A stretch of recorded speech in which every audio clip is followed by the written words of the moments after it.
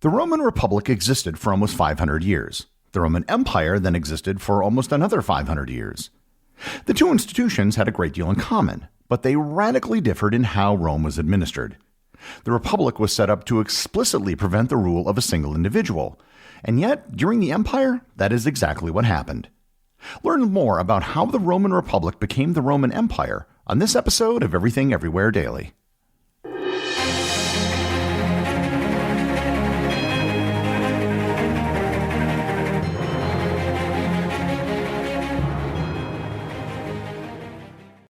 This episode is sponsored by ButcherBox. The holiday season is approaching, which means sharing meals with friends and family. If you're planning a meal for the holidays, you're going to want to get the finest meats, poultry, and seafood, and that is where ButcherBox comes in. ButcherBox offers only 100% grass-fed and grass-finished beef, crate-free pork, organic free-range chicken, and wild-caught seafood.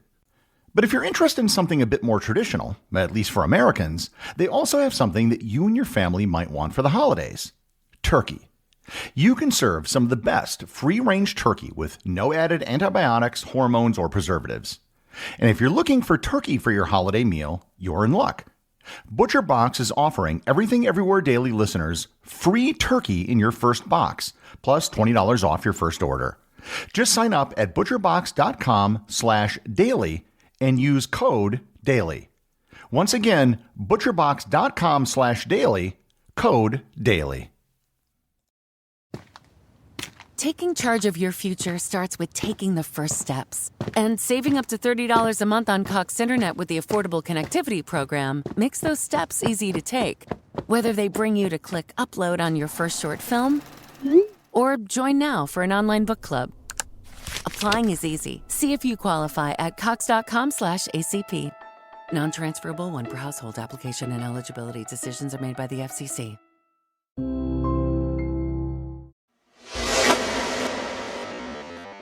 In a previous episode, I discussed the differences between the Roman Kingdom, the Roman Republic, and the Roman Empire. Julius Caesar is largely considered by historians to have been the last leader of the Roman Republic, and his posthumously adopted son Octavian, later called Augustus, is considered to be the first Roman emperor. However, this change didn't happen overnight. When we think of an empire, we think of a single state that controls a large amount of land and has conquered other nations. However, the Roman Republic had already been doing that. Using that definition, the Roman Republic was, in fact, an empire. What made the Roman Empire an empire was the existence of an emperor. Strangely enough, there was never an official legal position in Rome called an emperor. The English word emperor comes from the Latin word imperator. An imperator was someone who held imperium, which meant legal authority. A general had imperium over his troops. A magistrate had imperium over a particular region or a particular jurisdiction. One person's imperium could be greater than another person's imperium. If having imperium made someone an emperor, then many people in Roman history would have been emperors because they had imperium. So to understand how the empire came about and how the position of what we call an emperor developed, we have to go back to the unique circumstances at the end of the Republic. Julius Caesar was an extremely talented general and an extremely ambitious politician. His ambition sparked a civil war, which he won, and resulted in him being declared a dictator for life. The idea of a dictator for life didn't sit well with the senatorial class, so they conspired and assassinated Caesar in 44 BC. After Caesar was dead, the conspirators didn't receive the hero's welcome that they thought they would receive. The plebeian Romans actually liked Caesar, and the end result was yet another civil war. In his will, Caesar, the wealthiest person in Rome by this point, posthumously adopted his great-nephew Octavian as his son and also bequeathed him 2/3 of his fortune. Octavian immediately began using the same name as his now adopted father, Gaius Julius Caesar. Historians will usually use Caesar to refer to Julius Caesar. However, Octavian now began to call himself Caesar, which he did for the rest of his life. This was done to give himself what the Romans call dignitas. When Caesar was later declared a god in 42 BC, it was so Octavian could say that he was the son of a god, further increasing his dignitas. The years after Caesar's assassination were tumultuous. Octavian fought Caesar's right-hand man, Mark Antony, and then they later reconciled and fought the Senate, won, formed a new triumvirate, turned against each other, began a new civil war in which Octavian came out on top. In 30 BC, Octavian was now the last man standing and the most powerful man in Rome. However, this did not make him an emperor. Octavian wasn't the military commander that Julius Caesar was. However, he was a much more shrewd politician and statesman. Caesar's mistake was in accepting the position of dictator for life. By doing so, he positioned himself as a tyrant and earned the enmity of the Senate. Octavian knew the key was to have power, but not to look like he had power. On January 13th, 27 BC, Octavian famously gave up control of the provinces that he governed and all the armies that he controlled. This abandonment of power was mostly for show. He still controlled a vast fortune, and most soldiers felt a personal loyalty to him, as they did to Julius Caesar. He was also still, legally, a consul, the highest authority in Rome. Moreover, no one wanted to see a return to civil war, which they felt was a risk if Octavian just walked away from power. Octavian was a stabilizing force in Roman society, regardless of what you thought of him. The Senate didn't want Octavian to give up power, so they granted him a 10-year extension on the control over his provinces. Octavian feigned reluctance, but again, it was for show because he ultimately accepted. He didn't want to make the same mistake Caesar did by appearing too ambitious and too greedy for power. Whatever power he had appeared to have been constitutionally given to him by the Senate through legal channels. Also, just 3 days after Octavian threatened to give up power, the Senate bestowed upon him the title of Augustus, which roughly translates to illustrious one. This is usually the point where most historians mark the beginning of the Roman Empire. He was also given the title of Princeps Senatus, which simply means the first senator. The Princeps Senatus was not an official position. It was simply the person listed first on the member rolls of the Senate and was usually the most esteemed member of the Senate. It was from this title that the terms princeps and principate were derived. Augustus would often call himself princeps, and it implied he was simply the first among equals, and it was much more humble-sounding than dictator. By 23 BC, after having served as consul for 8 consecutive years from the year 30 BC, Augustus realized that he needed to change his approach. There were 2 consuls appointed every year, and it was the ultimate honor in Roman society. And he was hogging one of the spots. So he stepped down from being consul. As he was no longer officially a consul, the Senate instead granted him the powers of the tribune of the plebs for life, but not the title. This made his person sacrosanct. Anything done against him personally would be considered treason. He also had the power to convene the Senate, veto any laws, submit bills before the Senate and People's Assembly, speak first at any assembly, and oversee elections. He was also given the right to supervise public morals, a right normally given just to censors. If this sounds like wide-ranging power, it was. However, it wasn't absolute. All of his powers existed in other constitutional offices that already existed. The Senate and the rest of the positions on the cursus honorum all still were there. The Senate offered him the power to make his word law, and he turned it down. The reason was having that power basically made him a dictator, and it wasn't a good look. Furthermore, it wasn't necessary, as he basically had all the power he needed. In 19 BC, he was also given consular authority, an imperium within the city of Rome that superseded the imperium of everyone else, including the consuls. When the military was successful in one of the provinces he controlled, he was given credit.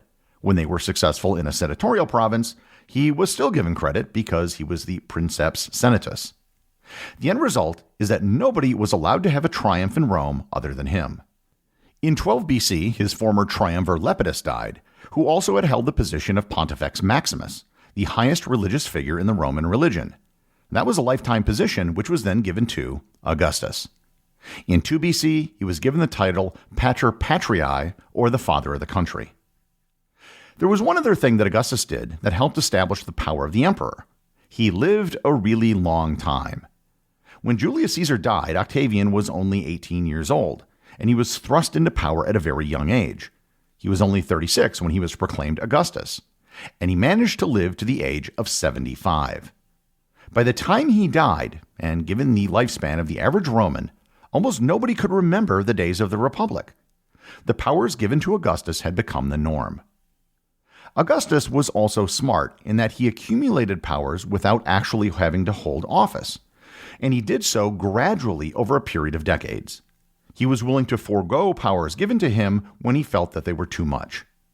He achieved everything Julius Caesar wanted to, but without making the same mistakes.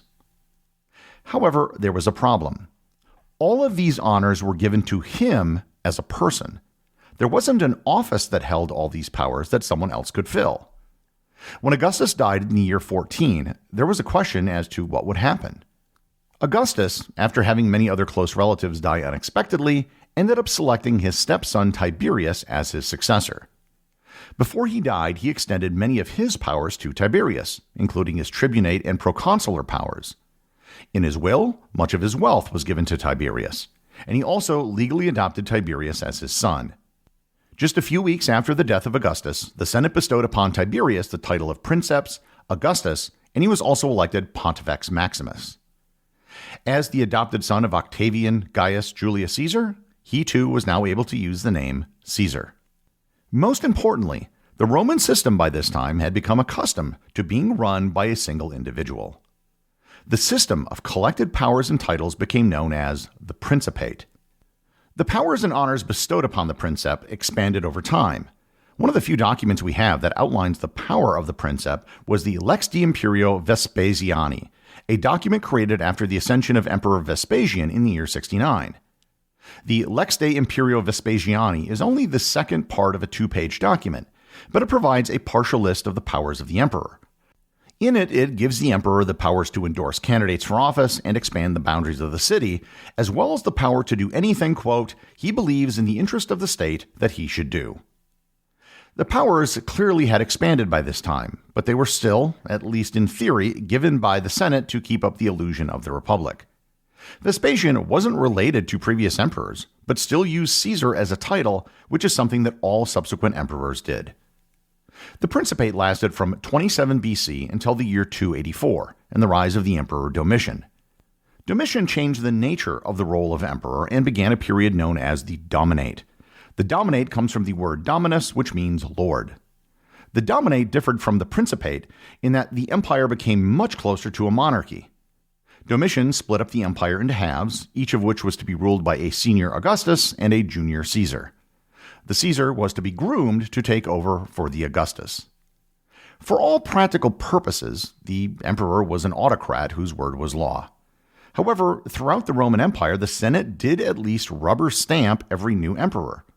The official list of emperors, as opposed to those who claim to be emperor, is actually determined by those who were approved by the Senate. The reason why the imperial system was created, and the reason why there is something we now call a Roman emperor, was due to the slow accumulation of power over a period of decades by Augustus. Those powers and titles that he accumulated were then passed down in a bundle, approved by the Roman Senate, to the men that we think of today as Roman emperors. The executive producer of Everything Everywhere Daily is Charles Daniel. The associate producers are Peter Bennett and Cameron Kiefer. I wanted to give a big thanks to everyone who supports the show on Patreon. Your support helps me put out a new show every day. And if you're interested in Everything Everywhere Daily merchandise, Patreon is currently the only place where it's available. And if you'd like to talk to other listeners of the show and get notified of future episodes and projects, please join my Facebook group or Discord server. Links to everything are in the show notes.